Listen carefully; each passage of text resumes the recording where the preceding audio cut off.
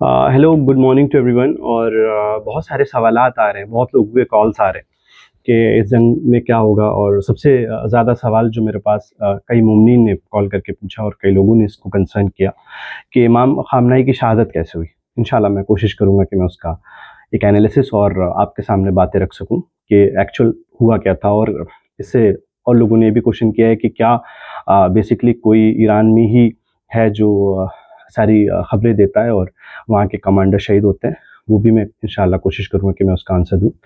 एक सवाल बहुत ज़्यादा आ रहा है कि बेसिकली ईरान की ताकत क्या है और ईरान की ताकत क्या मिसाइल है या कुछ और।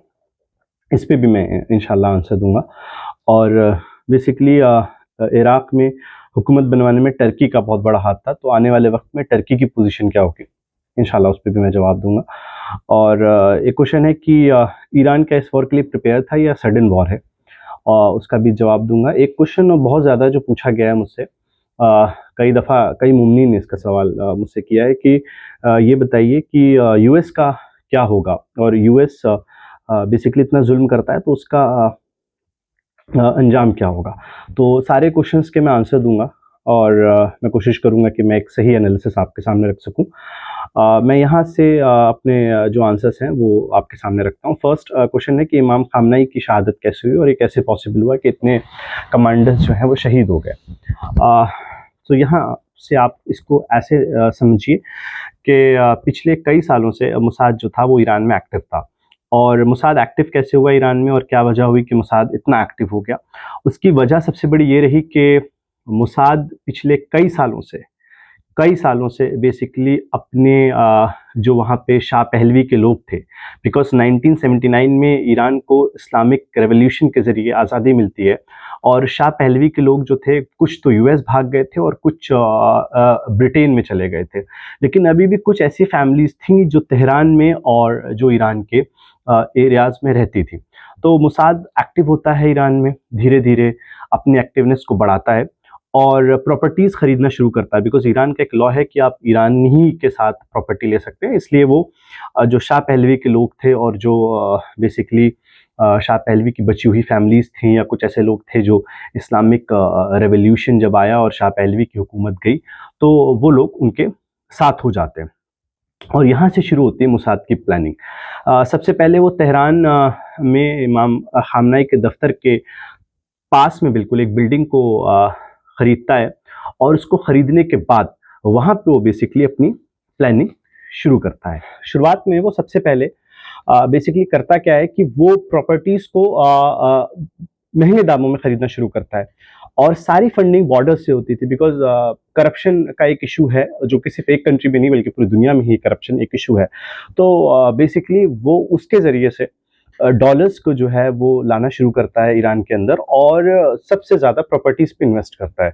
और जितने भी मोसाद के एजेंट्स थे उनको धीरे धीरे करके किसी को कुम में, किसी को मशहद में, किसी को तेहरान में इस्टेब्लिश करने की पूरी की पूरी साजिश रची जाती है। उसके बाद ये तय होता है कि हम कैसे ईरान को अंदर से कमज़ोर करेंगे। उसके बाद मोसाद सबसे पहले क्या करता है कि ड्रोन के टुकड़े मंगाना शुरू करता है और धीरे धीरे ड्रोन बनाने की पूरी जो वो अपनी फैक्ट्री को इस्टेब्लिश करते हैं तेहरान के अंदर और वर्कर्स को इस तरीके से लाते हैं कि हम बेसिकली ईरान गवर्नमेंट के लिए काम करते हैं और वो अपने ड्रोन्स तैयार करते हैं। और उन ड्रोन्स को बेसिकली वो इस तरीके से तैयार करते हैं, रोबोटिक्स पे काम करते हैं। और जैसे कि आपने देखा कि न्यूक्लियर साइंटिस्ट को उन्होंने शहीद किया, तो कैसे किया, क्यों, उसके दो रीजंस थे क्यों मोसाद इतना एक्टिव हुआ ईरान के अंदर। उसका सबसे पहला रीज़न ये था कि क्योंकि ईरान से इज़राइल का जो डिस्टेंस है वो 2000 किलोमीटर का डिस्टेंस है। तो अगर बार बार बेसिकली इज़राइल ईरान पे अटैक भी करेगा तो जो ईरान का डिफेंस सिस्टम है वो इंटरसेप्ट कर देगा और उनकी ड्रोन्स को और जो उनकी मिसाइल से उनको वहीं के वहीं ख़त्म कर देगा। इसलिए उन्होंने अंदर ही अपने काम को और अपने प्लान को अंजाम देना शुरू किया। उसमें सबसे ज़्यादा जो हेल्प की रज़ा शाह पहलवी के लोगों ने। धीरे धीरे जब ड्रोन पे उन्होंने कब्ज़ा पा लिया और धीरे धीरे जब ड्रोन उन्होंने बहुत सारे तैयार कर लिए, उसके बाद वो चुन चुनकर सारे जितने भी आयतुल्लाह ख़ामनेई के करीबी थे और जितने भी न्यूक्लियर साइंटिस्ट थे या जितने भी कमांडर्स थे उनको शहीद करना शुरू किया। ये रही बैकग्राउंड में जो मैंने आपको स्टोरी सुनाई। अब मैं आपको जो रिसेंट स्टोरी है, जो रिसेंट है कि इमाम खामनेई की शहादत कैसे होती है। उसके बाद अब सबसे बड़ा काम इज़राइल ये करता है कि जितनी भी ट्रैफ़िक रडार सिस्टम है ईरान में, या जितनी भी ट्रैफ़िक है उस पे जितना भी कैमरा है उस सबको हैक कर लेता है, और जितने भी कमांडर्स हैं ईरान के, वो उनकी मूवमेंट्स क्या हैं, वो किधर जा रहे हैं, वो क्या कर रहे हैं, सब पे नज़र रखना शुरू करता है। और नज़र रखता हुआ सारे लोगों की एक-एक लोकेशन को देखता है, और हर दिन उनकी मॉनिटरिंग होती है। ऐसे करके 6 महीने उनको मॉनिटर किया जाता है, और ये तय होता है कि हम किस दिन इनको शहीद करेंगे। इस सब पे प्लानिंग के बाद जब क्योंकि डाटा भी निकाला जाता है, ऐसे किसी को शहीद करना पॉसिबल नहीं है। जब ये तय होता है कि एक दिन हम इमाम खामनेई को शहीद करेंगे, तो उससे पहले बेसिकली क्योंकि इतने सुप्रीम लीडर ऑफ ईरान हैं, तो इनकी शहादत से क्या होगा? ये एक बहुत बड़ा क्वेश्चन था इज़राइल के लिए, और ये तय था कि अगर शहादत होगी तो हम एक वॉर की तरफ चले जाएँगे। लेकिन क्योंकि बहुत ही डीप एनालिसिस नहीं कर पाए यूएस और इज़राइल, उन्हें लगा कि हम इनको शहीद कर देंगे और ईरान में एक रेवोल्यूशन लाके हम ह्यूमन राइट्स की बात करेंगे, डेमोक्रेसी की बात करेंगे, और मीडिया में इसको पूरी तरीके से उजागर कर देंगे, और फिर हम बेसिकली जो हमने एक लोगों को सिखा रखा है, जो हमारे एक सो कॉल्ड एजुकेटेड पर्सनैलिटीज़ हैं, वो भी ह्यूमन राइट्स की बात करने लगेंगी और डेमोक्रेसी की बात करने लगेगी। इससे हम ईरान में एक पूरी तरीके से जो उनका सिस्टम है वो कोलैप्स कर देंगे, और हम एक डिप्लोमेटिक तरीके से वॉर को जीत जाएँगे। लेकिन उससे पहले होता ये है कि इमाम खामनेई की शहादत का मैं आपको पहले बता दूँ, उसके बाद उसका मैं आपको एनालिसिस समझाता हूँ। तो इमाम खामनेई सुबह बेसिकली 4 बजे, कि इमाम खामनेई का जो रूटीन था वो ऐसा था कि आप सुबह 4 बजे उठ जाते थे, और उठने के बाद आप सबसे पहले नमाज़ शब के पाबंद, और उसके बाद नमाज़ शब के बाद आप नमाज़ फ़ज्र जो अदा करते थे, और बाजमात नमाज़ फ़ज्र होने के बाद जितने कमांडर्स थे उनकी मीटिंग होती थी आपके ऑफ़िस के अंदर। तो ये बेसिकली आपका एक रूटीन था जो तय था। लेकिन क्योंकि रमज़ान का वक़्त ऐसा होता है कि सारे मोमिनीन खुदा की इबादत में मशगूल होते हैं, ये चीज़ इज़राइल ने नोटिस की, और ये तय पाया गया कि हम आज जो है वो इमाम खामनेई के ऑफ़िस पे अटैक करेंगे, और वो टाइम रखा जाता है सुबह का, क्योंकि इस वक्त बेसिकली सब सहरी करके आते हैं, और सहरी करने के बाद नमाज़ फ़ज्र की तैयारी होती है, और सारे ट्रैफ़िक सिग्नल्स को पहले से हैक कर लिया जाता है, और जितने भी कॉल्स थे उनको ब्लॉक कर दिया जाता है, और सबसे पहले ईरान पे होता है साइबर अटैक, और उसके बाद स्पैरो मिसाइल जो सबसे सख्त मिसाइल है, जो कि यूएस हेल्प करता है इज़राइल की, जिसके अंदर ये ताकत है कि वो 1000 किलोमीटर्स में भी अटैक कर सकता है। मतलब अगर वो टारगेट करे तो 1000 किलोमीटर्स तक का वो टारगेट कर सकता है। उससे इमाम खामनेई के ऑफ़िस को टारगेट किया जाता है, और इमाम खामनेई की शहादत हो जाती है। यहाँ तक ये आपके सामने मैंने रीज़न रखा। इसमें ये कहना कि अंदर के लोग थे और ये सब एक फ़ॉल्स थ्योरी है। उसके बाद मैं आपको यहाँ से अब आगे की सिचुएशन बताता हूँ कि इज़राइल और यूएस कैसे इतना बड़ा दाव जो है वो खेल लेता है। उसने ये सोचा था कि इमाम खामनेई को शहीद करने के बाद हम पूरे वर्ल्ड को एक थ्योरी देंगे जिसका नाम है डेमोक्रेसी और ह्यूमन राइट्स। हम ये कोशिश करेंगे कि हम लोगों को कह सकें कि हमने बेसिकली एक ऐसे लीडर को शहीद किया है, या ऐसे लीडर को हमने मारा है जो बेसिकली वुमेन पॉलिसीज़ के ख़िलाफ़ था, जो ह्यूमन राइट्स के अगेंस्ट था, और जो डेमोक्रेसी के अगेंस्ट था। लेकिन इससे पहले इज़राइल एक बहुत बड़ी गलती कर बैठता है, वो ये है कि इज़राइल ईरान में 200 बच्चों को शहीद कर देता है जो कि स्कूल पढ़ने गए हुए थे। ये एक ऐसी चीज़ थी जिससे वॉर और एक शहादत एक अलग उसमें एंगल में चली जाती है, और पूरा ईरान वापस से यूनाइटेड हो जाता है। और उसके बाद आपने देखा कि किस तरीके से यूएन और बाकी पूरी दुनिया जो है वो इनके अगेंस्ट हो जाती है। और उसके बाद अब जो सिचुएशन ये है कि अब इस वॉर में क्या होगा और इस वॉर का नतीजा क्या होगा। सबसे पहले मैं मोमिन से गुजारिश करूँगा कि बेसिकली वॉर इसको नाम ना दे, क्योंकि हमारे यहाँ रमज़ान में बेसिकली जंग है ही नहीं। तो ये एक जुल्म है जिसको सारे मोमिन महसूस कर रहे हैं, और ये जुल्म इसलिए है कि धोखे से पहली बात तो शहीद किया गया है, और ये इज़राइल और यूएस की एक पुरानी आदत है कि वो किसी को भी मारते हैं तो धोखे से मारते हैं। चाहे वो रिसेंट आप देख लीजिए कि इंडिया ने कुछ ईरानियों को अपने यहाँ यूथ फेस्टिवल में इनवाइट किया था, और वो जब घर लौट रहे थे तो उनको मिसाइल से अटैक कर देना उनके सबमरीन पे और उसको डुबा देना, जिसमें 100+ जो हैं वो ईरानी शहीद हो जाते हैं। तो हमेशा की आदत रही है कि धोखे से शहीद करना, और ये अभी का नहीं है, बहुत पहले का है। तो इमाम खामनेई को भी जो शहादत जो शहीद किया है वो इन्होंने धोखे से किया है, बिकॉज ये तय था कि ईरान के फॉरेन मिनिस्टर जो थे वो ओमान गए हुए थे और वहाँ बातचीत चल रही थी, और सबको तब के इमाम खामनेई ने कई दफ़ा समझाया भी था खुद वहाँ के फॉरेन मिनिस्टर को कि इनसे ये उम्मीद मत रखो कि ये कोई बातचीत करने के लायक हैं, क्योंकि ये कौम बुज़दिल कौम है,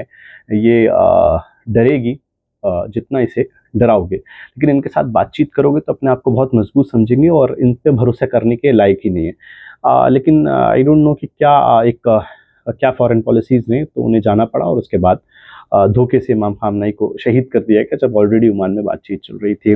अच्छा, इसमें क्वेश्चन ये है कि ईरान की ताकत क्या है? तो ईरान की ताकत ना ही मिसाइल है और ना ही उनके ये शक्तियाँ हैं जो आप देख रहे हैं। ईरान की सबसे बड़ी ताकत उनकी प्रॉक्सीज़ हैं, जो उन्होंने मतलब जो उनके लोग हैं जो कि बेसिकली काम कर रहे हैं पूरी दुनिया में, वो उनकी ताकत है। तो ये एक आंसर है इसका। टर्की ईरान से मिलेगा। देखिए, टर्की ने इराक में जो हुकूमत बनवाई, बैक हैंड में बहुत मदद की, तो टर्की इस चीज़ को लेके बहुत शर्मिंदा है, और सुनने में आया था कि टर्की का जो उर्दुगान है वो ईरान का दौरा करने वाला है, लेकिन आई डोंट नो कि इस वॉर के बाद क्या ये पॉसिबल है कि टर्की मिलेगा। लेकिन हाँ, ये तय है कि इस वॉर के बाद मिडिल ईस्ट में बहुत क्राइसिस हो जाएंगे और ये वॉर बहुत ही लंबी जाएगी, इसमें अब कोई रास्ता दिखाई नहीं दे रहा है। एक क्वेश्चन था कि क्या ईरान की मदद कर रहे हैं मतलब चाइना और ये कंट्री का नाम रशिया? नहीं, ये इसका आंसर ऐसे है कि ईरान की कोई मदद नहीं कर रहा है, बिकॉज़ ईरान पिछले कई सालों से अपने आप को प्रिपेयर कर रहा था कि वो जानता था कि उस पे कभी भी अटैक हो सकता है, और नायब इमाम खामनेई भी इस चीज़ को महसूस करते थे। इसीलिए उन्होंने अपने ऊपर बहुत पहले से काम करना शुरू कर दिया था। ईरान के पास एयरफ़ोर्स नहीं थी 1979 से, आप देख लीजिए ईरान ने कभी एयरफ़ोर्स पे कोई खर्चा नहीं किया, लेकिन अभी रिसेंटली कुछ सालों में ईरान ने एयरफ़ोर्स पे बहुत काम किया है, और कितने जेट्स जो हैं उन्होंने ख़रीदे हैं चाइना से। तो ये कहना कि चाइना मदद कर रहा है या रशिया मदद कर रहा है, ये बिल्कुल गलत है। ईरान ऑलरेडी बहुत प्रिपेयर था कि वो जानता था कि हमको बेसिकली वॉर में जाना ही है, क्योंकि हमारे पास हम पर कभी भी अटैक हो सकता है। लेकिन क्योंकि ज़ालिम की एक आदत रही है कि वो धोखे से शहीद करता है, ये चीज़ ईरान को अंदाज़ा नहीं था। ईरान को लगा था कि शायद कुछ बात करने से हल हो जाएगा, लेकिन ऐसा पॉसिबल नहीं हो पाया।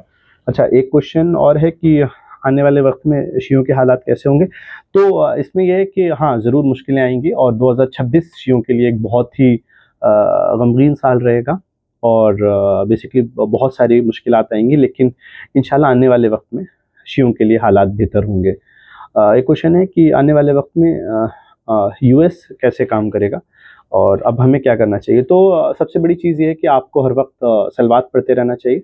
सलवात सबसे अच्छा वजीफ़ा है।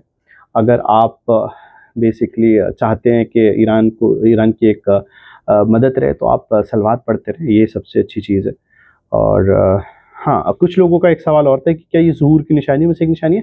हाँ, मतलब जितनी भी निशानियाँ थी कि इमाम मेहदी का ज़ुहूर होगा, उनमें से ज़्यादातर निशानी पूरी हो चुकी है। लेकिन क्योंकि बहुत सारी ऐसी निशानियाँ हैं जिसमें ये है कि 6 महीने बताया है कि 6 महीने कब्ल ये निशानियाँ होंगी, जिसमें से अभी वो निशानी एक भी पूरी नहीं हुई है। तो वो एक है कि अभी हम नहीं कह सकते हैं कि इमाम का ज़ुहूर होगा। और भी क्वेश्चंस थे, हाँ, कि सबसे बड़ा क्वेश्चन क्या था कि यूएस का क्या होगा इसके बाद? तो बेसिकली यूएस अपने आखिरी दहाने पे है, और 2026 में यूएस के 250 ईयर्स भी पूरे हो चुके हैं, और यूएस अपनी एकदम आखिरी मोड़ पे है, जहाँ पे आप देखेंगे कि आने वाले वक्त में यूएस सबसे जो बुरी हालात होंगे कि उनका डॉलर कोलैप्स कर जाएगा, और जो यूनाइटेड स्टेट्स था आपस में सारी स्टेट्स टूट जाएंगी, जैसे यूएसएसआर टूटा था। और जैसे ही डॉलर क्लैप्स होगा, आप ये मत सोचिएगा डॉलर क्लैप्स होगा तो डॉलर चलेगा। जैसे कि पॉन्ड क्लैप्स हुआ तो अभी पॉन्ड काम करता है, या दूसरी करेंसीज है, नहीं। इसमें बेसिकली जो सबसे बड़ा इशू आएगा, मैं आपको बता दूं कि डिजिटल करेंसी जो है वो पूरी दुनिया पे हावी हो जाएगी, और ये एक रीज़न रहेगा। डिजिटल करेंसी आने के बाद डॉलर पूरी तरीके से क्लैप्स हो जाएगा, बिकॉज करेंसीज जो है वो नंबर्स में ज़्यादा हो। दूसरा, ब्रिक्स बहुत स्ट्रांग होगा, जिसमें बेसिकली 5 कंट्रीज़ हैं, Brazil, Russia, India, China, south Africa. और साउथ अफ्रीका में तो बातचीत चल ही रही है कि हम यूनाइटेड स्टेट्स ऑफ अफ्रीका बनाने वाले हैं, जिसमें काफ़ी हद तक चीज़ें पूरी हो चुकी हैं। तो ये है कि ब्रिक्स करेंसी जो है वो पूरी दुनिया पे जो है वो चलेगी। और जिस तरीके से यूरोपियन यूनियन में यूरो स्ट्रांग हुआ था, इसी तरीके से ब्रिक्स करेंसी जो है वो पूरे वर्ल्ड पे काबिज होगी। और ब्रिक्स एक बहुत बड़ी ऑर्गेनाइजेशन बन के आएगी, जिसमें बेसिकली ये करेंसी जो है हर जगह न काम करेगी।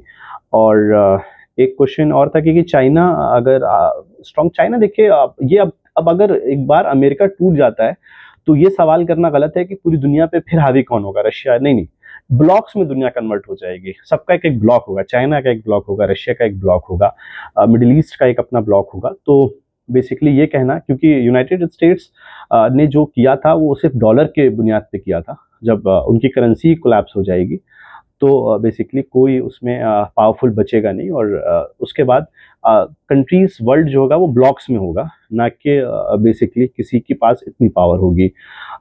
इस वॉर में इसका अंजाम क्या होगा? हाँ, इस वॉर का मैं आपको बता दूं, इस वॉर में इजराइल की बुरी तरीके से हार होगी, लेकिन हाँ, ईरान को भी बहुत नुकसान होगा और ईरान को बहुत शहादतें भी देनी होंगी। लेकिन हाँ, इस वॉर में इजराइल को आखिर में हार होगी और इसके बाद मिडिल ईस्ट का एक नक्शा जो है वो बदल जाएगा। और कुछ और क्वेश्चंस हैं। और हाँ, कि क्या ईरान न्यूक्लियर कंट्री बनेगा? देखिए बेसिकली क्योंकि आयतुल्ला खामनेई साहब का ये पैगाम था कि हम कोई ऐसा वेपन कभी नहीं बनाएंगे जिससे ह्यूमैनिटी को और जिससे किसी भी एक इंसान नहीं पूरी इंसानियत को ख़तरा हो। तो मुझे नहीं लगता है कि इस चीज़ पे ईरान इतना ज़ोर दे रहा है। हाँ, लेकिन वक्त का कुछ नहीं कह सकते हैं आने वाले वक्त में क्या होगा, क्योंकि ईरान एयरफोर्स पे काम कर रहा है। और लेकिन ये भी सच है कि ईरान 95% यूरेनियम को इनरिच कर चुका है, और ये एक भी ट्रू है। लेकिन ये कहना कि क्या वो कभी उसको यूज़ भी करेगा, क्या न्यूक्लियर वेपन इस्तेमाल करेगा, तो मुझे नहीं लगता है। क्योंकि एक क्वेश्चन और है कि क्या ये लास्ट क्वेश्चन है कि क्या इस वॉर में कैसे कैसे, देखिए जब हार होने लगेगी इसराइल की, तो इसराइल इसको कन्वर्ट कर देगा सुन्नी और शिया के वॉर में। वो जैसा कि कहा भी गया है कि इस वॉर में बेसिकली इसराइल यहाँ तक गिर सकता है कि वो मस्जिद अल-अक्सा पे भी हमला कर सकता है, जिस तरीके से उसने अभी कई जगह हमला करने के बाद ये क्लेम किया कि ईरान ने किया। तो ये भी क्लेम है कि वो मस्जिद अल-अक्सा पे हमला करके ये पूरी दुनिया में एक मैसेज देगा कि ईरान ने जो है वो मस्जिद अल-अक्सा पे हमला किया और जिससे मस्जिद शहीद हो गई। तो इस तरीके की भी कंडीशंस हो सकती हैं जिसमें ये सुन्नी उसे शिया करने की कोशिश करेगा ये वॉर को, ताकि लोगों में एक अलग मैसेज जाए और फिर वो जो उनकी स्ट्रैटेजी होती है ह्यूमन राइट्स और उस पर वो पूरी तरीके से हैं। लेकिन क्योंकि इतनी शहादतें दे दी ईरान ने, तो इससे ये एक्सपोज हो गए और ये वॉर इन पे पूरी तरीके से उल्टी पड़ती जा रही है। इसके अलावा और आपके अगर कोई क्वेश्चंस हो तो मैं नेक्स्ट सेगमेंट में देने की कोशिश करूँगा। Thank you so much.